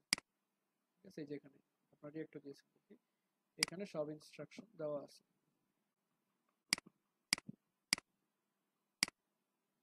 আছে। আব্দুল্লাহ আল মামুন সাহেব কিছু বলবেন? স্যার আমি প্রত্যেকটা ক্লাসের যে রেকর্ডিং ওইটা কি স্যার গুগল ড্রাইভের ভিতরে পাবো না? হ্যাঁ ওই গুগল ড্রাইভ দিয়ে দিছি আমি, যে ফেসবুক গ্রুপের শুরুতে দেখেন ক্লাস রেকর্ডিং এবং যাবতীয় ফাইল এই গুগল ড্রাইভে দেওয়া হবে। এই যে লিংক দিয়ে এখানে ক্লিক করলেই দেখবেন আপনাকে নিয়ে যাবে গুগল ড্রাইভে। ঠিক আছে স্যার। এরপরে শাশ্বত সাহা। স্যার আপনি যে বললেন একটা অ্যাসাইনমেন্ট দিলেন যে একটা ফাইল ক্রিয়েট করে পাসওয়ার্ড দিয়ে সেভ করে গ্রুপে পোস্ট করুন, স্যার ওইটার মধ্যে কিছু কি লেখা লাগবে নাকি এমনি সাদা মানে ফাঁকা? তেমন কিছু না, আপনার সম্পর্কে 2-4 লাইন লেখা, আপনি যে সেভ করাটা পাই লেখা নিয়ে তারপর তো কোনো কাজ করবে এটা। স্যার যদি আপনি রিবনের এই ফাংশনটা যদি একবার দেখাই দিতেন স্যার ভালো হতো। এই যে উপর দিকে দেখেন, এই যে ক্লোজ করে না, যেখান থেকে মিনিমাইজ করি এটার পাশেই দেখেন রিবনের একটা বাটন দেওয়া আছে। ওটা আমারটাই দেওয়া নাই স্যার, আমারটাই দেওয়া নাই স্যার। কি বলে তাহলে মনে হয় আপনারটা স্যার আই থিংক এটা হলো ভার্সন অনুযায়ী রিবনের এটা উল্টাপাল্টা দেখাচ্ছে আর কি, এক একজন এক এক ভার্সন ব্যবহার করছে তো। না সব ভার্সনেই থাকে। এটা হইতে পারে যে একটা হলো যে প্রোডাক্ট অ্যাক্টিভেশন ফেল হইলো, আমার এই অপশনগুলো ইনেবল থাকে। আরেকটা আছে আপনার একদমই কাজ করতে দেয় না, আপনি ওইটাকে আনইনস্টল করে ড্রাইভে যেটা দেওয়া আছে না ওইটাকে ইনস্টল করেন, ঠিক আছে? অনেক সময় অ্যাক্টিভেশন আচ্ছা প্রোডাক্ট অ্যাক্টিভেশন ফেল এমনি কি ওইটা আসে না, এই তো। হ্যাঁ ওটা অনেক সময় আসলে অনেক সময় সব অপশন অফ করে দেয়, কাজ করতে দেয় না, দেখবেন এই সবগুলাকে অফ রাখে, ডিসেবল করে রাখে। জি আমার উইন্ডোজ 10 এ যেটা দেখাচ্ছে Microsoft Word product activation failed, কিন্তু অপশনগুলো কি এই কারণে আমারটা শো করতেছে না। অন্যান্য অপশনগুলো কাজ করতেছে, সবই কাজ করতেছে। এটা যদি এমন হয় তাহলে আমি ড্রাইভে যেটা দিয়েছি না, ড্রাইভে যে মাইক্রোসফট ওয়ার্ডটা দিয়েছি যে এটাকে ইনস্টল করে নিন, ঠিক আছে? এখানে আপনার কাজ করতে পারবেন, চাইবেন না।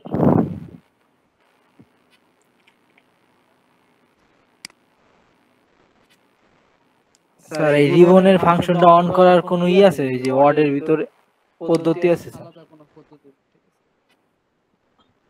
আপনি ওইটাকে আনইনস্টল করে ড্রাইভে যেটা দিয়েছি আমি এই সফটওয়্যারটা ইনস্টল করুন, তাহলে হবে।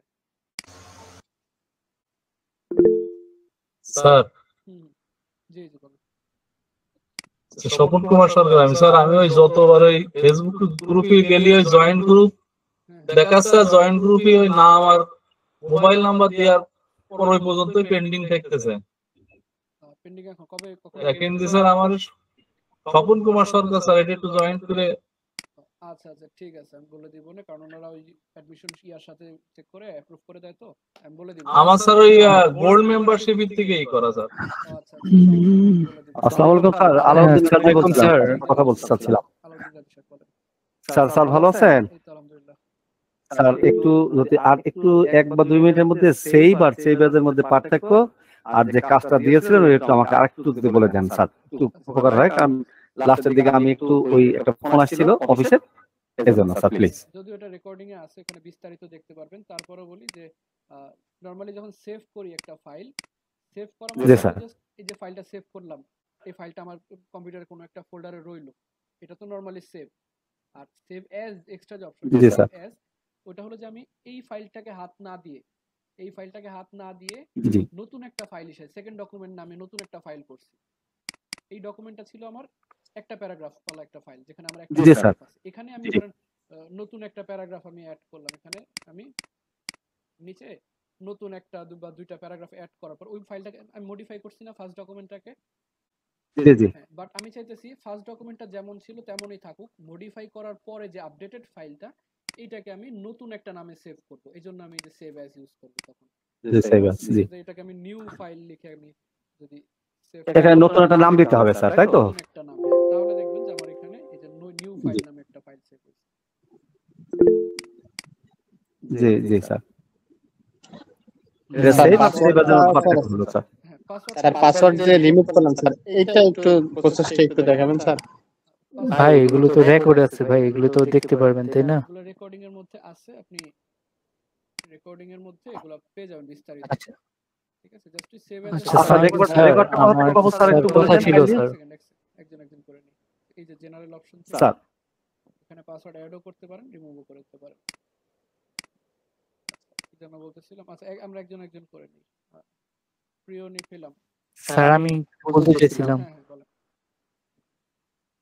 স্যার আমার কোশ্চেন হলো, আমি কয়দিন পরে মানে ব্যাংকে অফিসে জব করবো, দেন এখানে সেখানে অফিস তো দরকার, অফিস সফটওয়্যারটা, দেন আমরা এই কোর্সটা করলে কি স্যার মানে অফিসের যে কাজগুলো আছে সেগুলো কি কমপ্লিট করতে পারবো, মানে এই কোর্স যারা সম্পূর্ণ করবে? পারবেন সমস্যা মানে এক্সেল এ তো অনেক কাজ থাকে, ওয়ার্ডের মোটামুটি কাজ থাকে, প্রেজেন্টেশন থাকে, মানে ফুল ফিল আপ হবে এটা কমপ্লিট করলে? সমস্যা মানে যেগুলা দেখাবো এগুলাই এর সবগুলাও লাগে না, এর থেকে আরো কম লাগে, তারপর সমস্যা নেই। হ্যাঁ, আর আমাদের অফিসে এক্সেলটা একটু বেশি লাগে, এক্সেলটা কি হবে তাই না? ওয়ার্ড আচ্ছা আচ্ছা। এক্সেলটা বেশি প্রায়োরিটি আসে। তো তার মানে কি মানে কি মানে যে ফাংশন গুলো আমাদের দেখানো হবে সেটা তো আপনাদের মডিউল আছে তাই না? আচ্ছা আচ্ছা, না কোনো ধারণা নাই তো অফিসের প্রতি, তার জন্য আর কোশ্চেনগুলো করলাম। ঠিক আছে, সমস্যা নেই। আচ্ছা, জাহেদ হাসান আপু, জাহেদ হোসাইন। আসসালামু আলাইকুম। ওয়ালাইকুম আসসালাম। যে ইনস্ট্রাকটর দিলেন আর কি অ্যাসাইনমেন্ট করার জন্য, ওখানে কি কোনো হোয়াটসঅ্যাপ অ্যাক্টিভিটি দিতে হবে? বুঝি নাই। হোয়াটসঅ্যাপটা যা করে দিলে হবে, ফাইল ওপেন করে দিলে হবে, মানে একটা ফাইল ওপেন করে শুধু পাসওয়ার্ডটা দিব নাকি কোনো কোনো অ্যাক্টিভিটি দিব? পাসওয়ার্ডটা সেট করে ওই ফাইলটা আপলোড করবেন। ঠিক আছে। নিতেশ গারদি আসে। আসসালামু আলাইকুম স্যার। ওয়ালাইকুম আসসালাম। স্যার বলছিলাম আপনি হচ্ছে যে গুগল ড্রাইভে যে জিপ ফাইলটা দিয়েছেন স্যার, তো আপনি যে এটা ইউজ করতেছেন যে সফটওয়্যারটা, আপনারটা আর আমার ল্যাপটপে সেম মোটামুটি সবকিছুই আছে, তাহলে কি আমাকে এই জিপ থেকে ইনস্টল করতে হবে না আমি আমারটা ইউজ করতে পারবো? না না, সমস্যা নেই। ইভেন আমার কম্পিউটার এখন যেটা দেখতেছি এটাও কিন্তু আমার এই জিপ ফাইলটা না, ঠিক আছে, এটা বলে রাখি, এটাও কিন্তু জিপ ফাইল না, কারণ এই জিপ ফাইলটা মূলত অফিস থেকে প্রোভাইড করা হয়েছিল, সেটা আমি অফিসে থাকা অবস্থায় গুগল ড্রাইভে আপলোড করছিলাম, আর এখন আমি আছি আমার বাসায়, যেখানে আমার পার্সোনাল কম্পিউটারে যেটা আছে সেটা আর কি ইউজ করতেছি। তো আপনি যেটা থেকে করাচ্ছেন ওটার সাথে যদি আমাদের এগুলো মিল থাকে তাহলে তো জিপ ফাইল ইনস্টল করার কোনো প্রয়োজন নাই স্যার। না প্রয়োজন, ওটা হলো যাদের কাছে নাই তাদের জন্য আছে, যাদের কাছে সফটওয়্যার জি মানে বুঝতে পারছি, ঠিক আছে, আচ্ছা থ্যাংক ইউ। রেকর্ডিংটা ফেসবুক গ্রুপে পেয়ে যাবেন। আচ্ছা এখন আসি আমরা একটু টাইপিং এর দিকে আসি, ঠিক আছে, হয়তোবা যেহেতু টাইপ শুরু করা লাগবে আমাদের, তো আমরা টাইপিং এর উপর আসি। আর স্যার আমাদের রেকর্ডটা মানে একটু খেয়াল রাখবেন যে একটু ভালোভাবে করে দেনই করেন স্যার, মিসিং টিচিং না হয়, কারণ আমরা এখানে সবাই তো স্যার বিগিনার, রেকর্ডটা বারবার দেখলে ই হয়ে যায়, ঠিক আছে, কারণ আপনাকে কতবার ডিস্টার্ব করবো, কারণ অনেক মানুষ তো। সমস্যা নেই, আপনাকেও ক্লাসের শুরুতে একবার মনে করে দেবেন যে হ্যাঁ স্যার রেকর্ডিংটা অন হয়েছে কিনা, জি স্যার। আর রেকর্ডিং এর উপর ডিপেন্ড না হওয়া ভালো, কারণ অনেক সময় হইতে পারে ইন কেস ধরেন পিসি অফ হয়ে গেল বা ক্র্যাশ হয়ে গেল কোনো কারণে, ওইটা আসলে আনএক্সপেক্টেড। আমি চেষ্টা করব না না, এটা তো হলোই অনেকবার, যেমন কাজে এটা মনে নাই যে আপনার রেকর্ডটা দেখলে ক্লিয়ার হয়ে যায়, আবার অনেক সময় আপনাকে নক দিলে আপনি বিজিও থাকতে পারেন, রেকর্ডটা থাকলে কি বেকআপ বিষয় ভালো হয় আর কি, আচ্ছা প্র্যাকটিস করার জন্য। ঠিক আছে, আমরা তাহলে এখন মাইক্রোফোনটা আরেকটু অফ রেখে আরেকবার শেষের দিকে আরেকবার করব না, আর একটু জিনিস দেখাই, যেমন ধরেন টাইপ করতে গেলে, ঠিক আছে, আমরা এখানে অনেকেই, আমি জানি না কে কারা কতটুকু টাইপ করতে পারেন, অনেকে হয়তো বা আছে যারা ভালো টাইপ করতে পারেন, অনেকে আছে যারা হয়তো বা বিগিনার। তো টাইপের জন্য প্রথমে যে জিনিসটা করবেন কি, অনেকে কিন্তু যে গেলেই আপনাকে নরমালি রুলস শিখায় যে আঙ্গুল এখানে রাখতে হবে, আঙ্গুল ওইখানে রাখতে হবে। তো আমি পার্সোনালি জানি না এটা কতটুকু কার্যকর হয়, আমি পার্সোনালি যেটা ফেস করছি যে আপনি আগে টাইপ করেন, ঠিক আছে, আগে বেশি বেশি করে টাইপ করেন। আমরা মোবাইলে যখন প্রথম টাইপ করছি, আমাদের মোবাইলের কিবোর্ডের লেআউট আর কম্পিউটারের কিবোর্ডের লেআউট কিন্তু সেম, ঠিক আছে, লেআউট কিন্তু একদম সেম। তো মোবাইলে কিন্তু কিভাবে টাইপ করি, এখন এমন একটা অবস্থা আমরা মোবাইলে চোখ বন্ধ করে টাইপ করতে পারি বা অন্যদিকে তাকাও টাইপ করতে পারি, খুব একটা খোঁজা লাগে না এ কোথায়, বি কোথায়, সি কোথায়। তো কম্পিউটারের লেআউটটা যেহেতু সেম, আপনি যখন কয়েকদিন নিজের মতো করে টাইপ করবেন, আপনি খুঁজেন না, আপনি একটা আঙ্গুল দিয়ে দুই জায়গায় ক্লিক করেন না, সমস্যা নাই তো।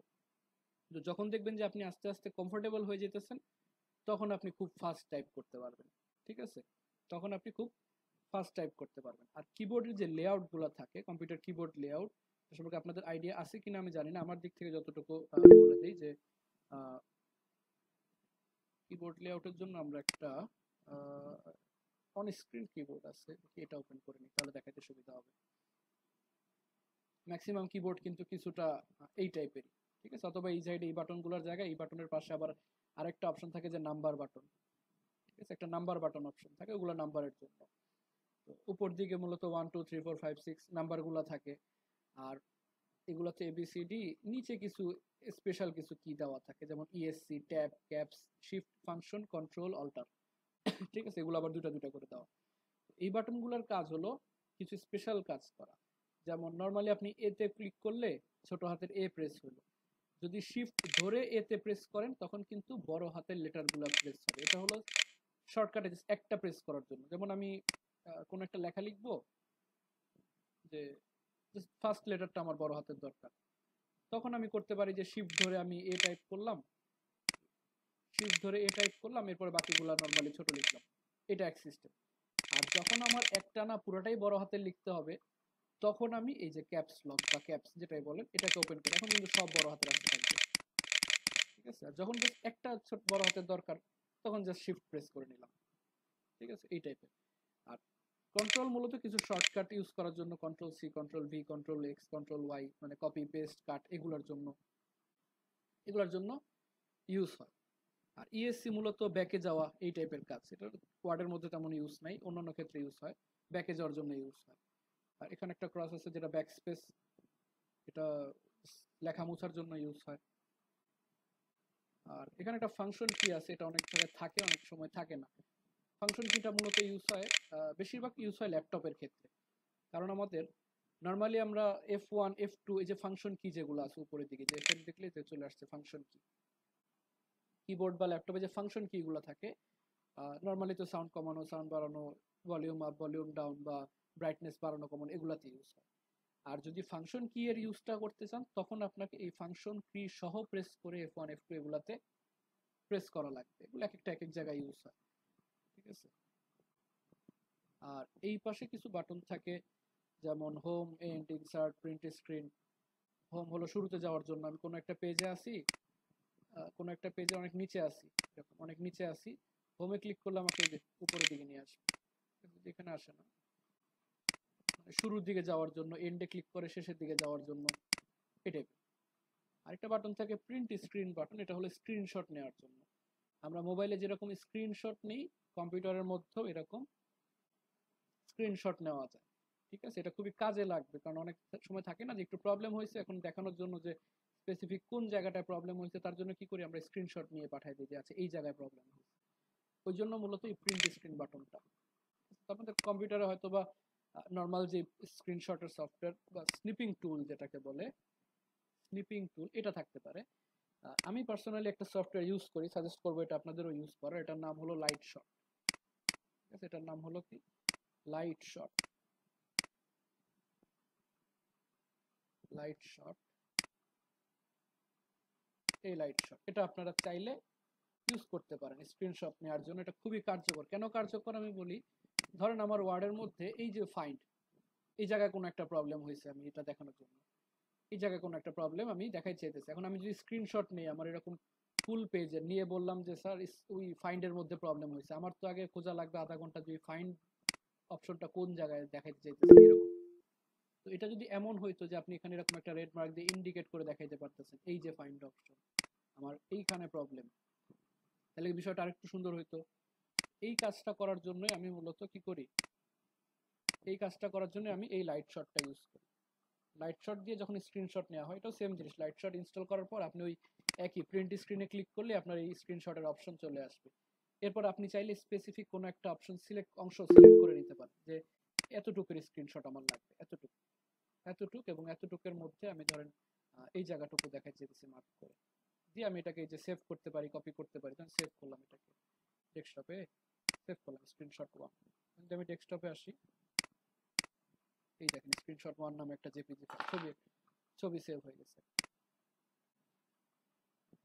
এটা আমি চাইলে এখন কোথাও পাঠাতে পারি, ছবি আকারে যেহেতু সেভ হয়ে গেছে। ঠিক আছে, স্ক্রিনশট এটা দিয়ে আপনারা নিতে পারেন লাইট শট। ঠিক আছে,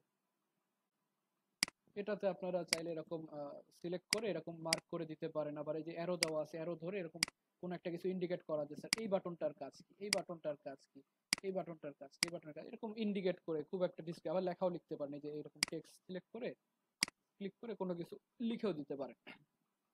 কালার যদি চেঞ্জ করতে চান, এই যে রেড কালার, এখান থেকে ধরেন আমি ইয়েলো কালার সিলেক্ট করলাম, এরকম ইয়েলো কালার দেখা যেতেছে না, এরকম সিলেক্ট করতে পারেন। ঠিক আছে।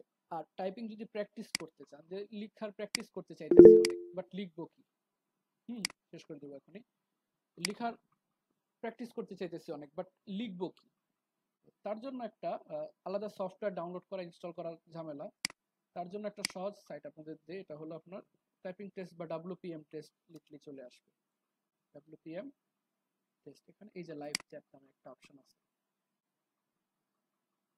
ঠিক আছে, লাইভ চ্যাট নামে একটা অপশন আছে। এই লাইভ চ্যাটের মধ্যে আসলে আপনারা WPM টেস্ট দিতে পারেন। WPM টেস্ট মানে কি?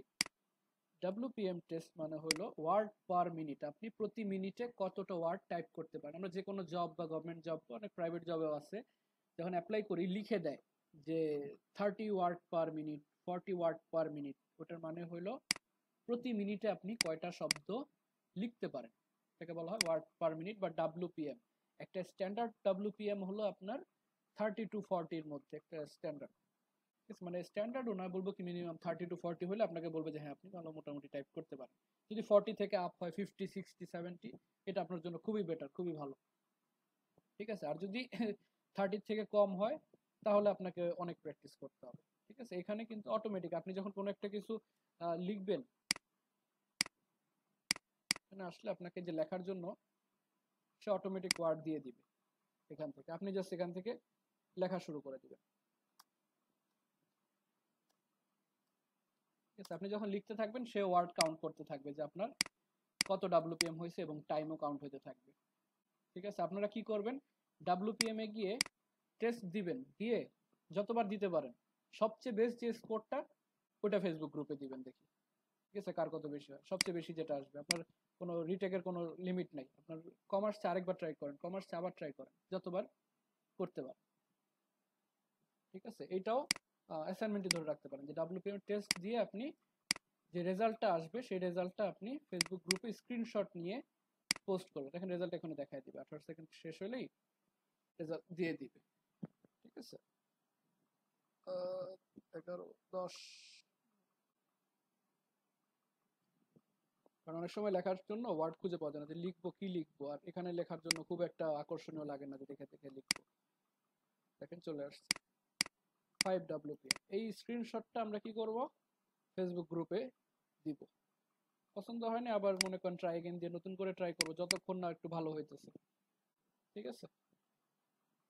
আজকের জন্য তাহলে এতটুকুই রাখি, আমরা নেক্সট ক্লাস থেকে বাকিটা আবার কন্টিনিউ করব। নেক্সট ক্লাস সেম টাইমে হবে, কেউ মিস দিব না। আর স্যার মোটামুটি WPM কত হলে ভালো হয়? ওই যে বললাম মিনিমাম 30 এর উপরে।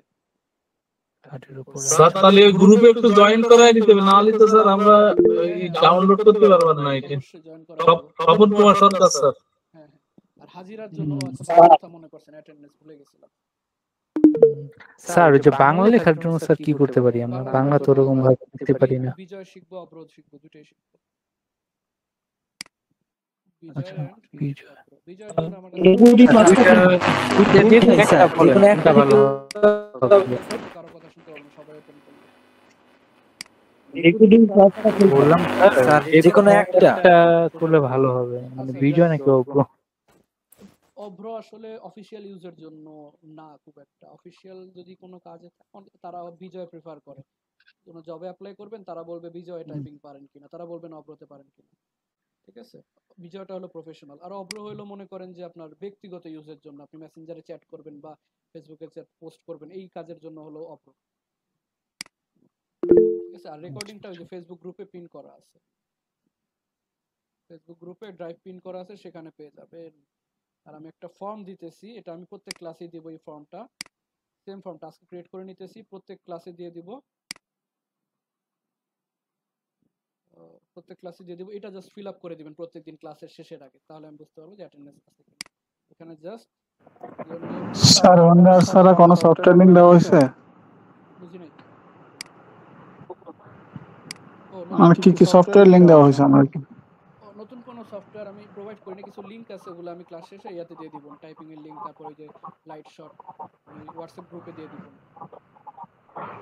আচ্ছা ঠিক আছে, এখানে আপনার ফোন নাম্বারটা দিবেন যেটা দিয়ে আপনার অ্যাডমিশন নিয়েছেন, ওই ফোন নাম্বারটা দিবেন।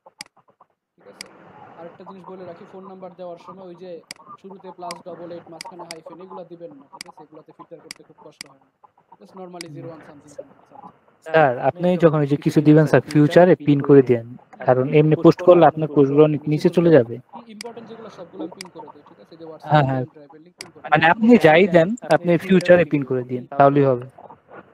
ঠিক আছে, করে এবং এই যে লিংকটা এটা হলো অ্যাটেন্ডেন্স লিংক, এবং অ্যাটেন্ডেন্স লিংক কিন্তু কেউ হোয়াটসঅ্যাপ গ্রুপে দিবেন না, ঠিক আছে, বলে রাখি। দিলে কি হবে, হোয়াটসঅ্যাপ গ্রুপে যারা আছে সবাই ফিল আপ করবে, আমি বুঝবো কিভাবে সে ক্লাসে ছিল নাকি ছিল না। ঠিক আছে। হ্যালো স্যার, জি, এই যে মিটের চ্যাটে দিছি, এটা সবাই একটু ফিল আপ করে দেন কাইন্ডলি কথা বলতে বলতে। আর রেকর্ডিংটা স্যার ইউআই ল্যাবে